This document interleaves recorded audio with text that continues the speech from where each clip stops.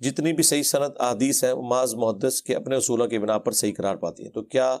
انہیں 100% صحیح کہنا درست ہے جبکہ ایک محدث کی صحیح کسی دوسرے محدث کی؟ جی ٹھیک ہے، 100% نہیں ہو سکتی، لیکن جمہور کے نزدیک دیکھا جاتا ہے ان جھگڑوں میں پڑھنے کی بجائے جو متفق احادیث ہیں جن کے اوپر سب کا اتفاق ہے اس پہ ہی آپ پوری زندگی اگر لگا دیں نا تو وہ بھی بے شمار ہے۔ قرآن ہی نہیں جناب، اگر آپ اس کے اوپر صحیح ٹائم لگائیں، بخاری مسلم کے اوپر تو اہل سنت تو کم از کم متفق ہے نا، ذرا یہ 15,000 حدیثیں یہ پڑھ لیں آلموسٹ،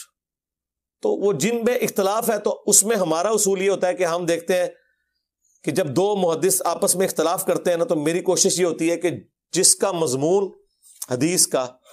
اپنی اصل میں قرآن اور بخاری مسلم کے اندر موجود ہوتا ہے نا، اس کی کورالری کے طور پہ میں اسے ایکسیپٹ کر لیتا ہوں کہ ٹھیک ہے یار یہ فٹ ان بیٹھتی ہے اس میں، اور جہاں پہ نہیں ہوتا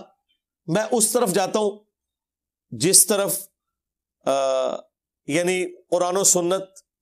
بخاری مسلم کے اندر مضمون فٹ ان بیٹھ رہا ہوتا ہے۔ میں آپ کو ایک مثال دیتا ہوں، سنن نسائی میں ایک حدیث ہے کہ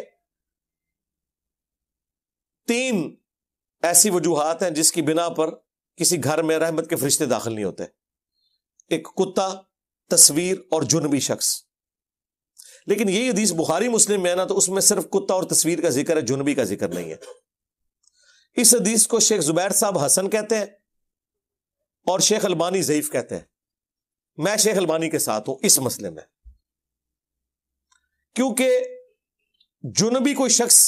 ہونے کی وجہ سے وہاں رحمت کے فرشتوں کا نہ آنا یہ بالکل عقلاً بھی محال ہے، قرآن و سنت کی تعلیمات کے بھی خلاف ہے۔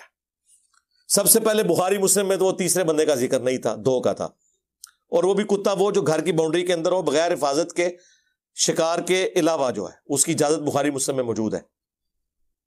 تصویر بھی وہ جو عبادت کی غرض سے لٹکائی جاتی ہے، اگر آپ نے اپنی تصویریں البم میں رکھی ہوئی ہیں بالکل درست ہے، کوئی مسئلہ نہیں۔ لیکن جنبی یہ تو آپ کے ساتھ ایک بیسک چیز اٹیچ ہے، اور ہمارے پاس بخاری مسلم میں موجود ہے کہ نبی علیہ السلام نے ایون سحری بھی جنبی حالت میں کی ہے اور طلوع فجر کے بعد غسل اتارا ہے، طلوع آفتاب کے بعد نہیں، طلوع فجر کے بعد۔ اور ترمذی میں، ابو داؤد میں موجود ہے کہ اما عائشہ کہتی ہیں کہ نبی علیہ السلام بعض اوقات غسل رات کو فوراً اتار لیتے تھے اور بعض اوقات رات کے آخری پہر جب نماز کے لیے اٹھتے تھے اس وقت غسل اتارتے تھے۔ حضور تو خود بھی جنبی سو جایا کرتے تھے، غسل جنابت کو ڈیلے کیا جا سکتا ہے، صرف نماز قضا نہ ہو، یہ اصل میں ایشو ہے جو آپ نے ایڈریس کرنا ہے۔ اور بخاری مسلم میں حدیث ہے، حضرت ابو ہریرہ کہتے ہیں میں ایک دن گھر سے نکلا، نبی علیہ السلام سے ملاقات ہوئی، آپ مجھ سے گفتگو کرنا شروع ہو گئے، مجھے اچانک یاد آیا کہ مجھ پہ تو غسل فرض ہے، میں چپ کر کے کھسکا، غسل کیا اور واپس آیا۔ حضور نے فرمایا کدھر چلا گیا تھا؟ کہ یا رسول اللہ میں ناپاک ہو گیا تھا۔ آپ نے فرمایا مومن تو کبھی ناپاک ہی نہیں ہوتا، حالانکہ جنبی تھے۔ وہ حکمی نجاست ہے، انٹلیکچوئل، حقیقی نہیں ہے۔ حقیقی تو صرف وہ منی ہے یا حیض کا خون ہے، باقی یہ تو نہیں کہ جنبی شخص جو ہے وہ تو تولیے کو ہاتھ لگائے تو تولیے پلیت، کپڑے لے کے ٹانگے تو کپڑے پلیت، اس طرح تو نہیں ہوتا۔ انہیں کپڑے تو آپ خود ہی لے کے جاتے ہیں نا، ہاتھوں میں پکڑ کے لے کے جاتے ہیں۔ وہ حکمی نجاست ہے۔ وہ حکمی نجاست تو بے وضو ہونا بھی ہے، لیکن نماز کے لیے،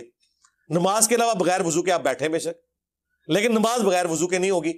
یہ جو حکمی نجاستیں ہیں نا یہ حقیقی نجاستیں نہیں ہیں، ان کے وہ احکامات نہیں۔ پھر بخاری مسلم میں حدیث ہے، اما عائشہ کہتی ہیں نبی علیہ السلام حجرے میں تھے، اعتکاف بیٹھے ہوئے تھے مسجد نبوی میں، مجھے آپ نے کہا کہ میرا بسترا ذرا پکڑا دو، تو میں نے کہا یا رسول اللہ میں حیض سے ہوں، تو آپ نے فرمایا حیض تیرے ہاتھوں میں تو نہیں گھس گیا؟ پھر صحیح مسلم میں حدیث ہے، اما عائشہ کہتی ہیں میں حالت حیض میں تھی اور نبی علیہ السلام اپنا سر مبارک میری گود میں رکھ کے قرآن بھی تلاوت کرتے تھے۔ یہ میسج دینے کے لیے کہ یہ ساری حکمی نجاستیں ہیں، ان کا حقیقت سے کوئی تعلق نہیں ہے، حکمی ہے، شریعت کی پابندی کے تحت ہے، اس کی وجہ سے نہ کوئی ناپاک ہوتا ہے، جو اکثر عوام میں مشہور ہے نا کہ جی جو حیض والی عورت ہے بچے کو دودھ نہ پلائے، آٹا نہ گوندے، یہ آپ نے سنا ہے؟ اور پھر جو سخت قسم کی سانسیں ہوتی ہیں وہ روب ڈال رہی ہوتی ہے، اسی تے اپنے خاندان غسل کر کے ہی گن کے تے قرآن دے سان، اسی تے کدے وضو تو بغیر آٹا نہیں سی گنیا، تسی نماز نہیں سی کدے پڑھی، آٹا نہیں سی گنیا، ایویں خام خواہ روب ڈال رہی ہوتی ہیں۔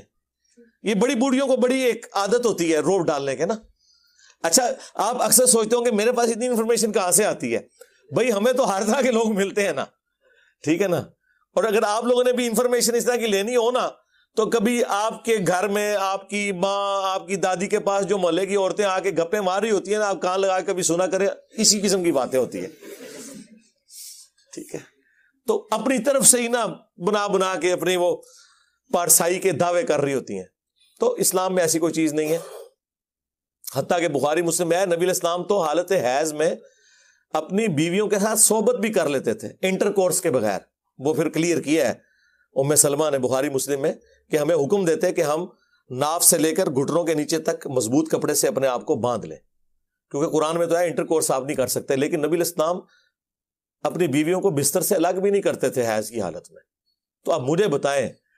جب یہ پورے کا پورا سینیریو ہو اس کانٹیکسٹ میں، اگر آپ اس حدیث کو نسائی کے دیکھیں تو وہ فٹ ان تو بخاری مسلم میں ہی بیٹھ رہی ہے. یہ ہم نے ایک کرائٹیریا اس حوالے سے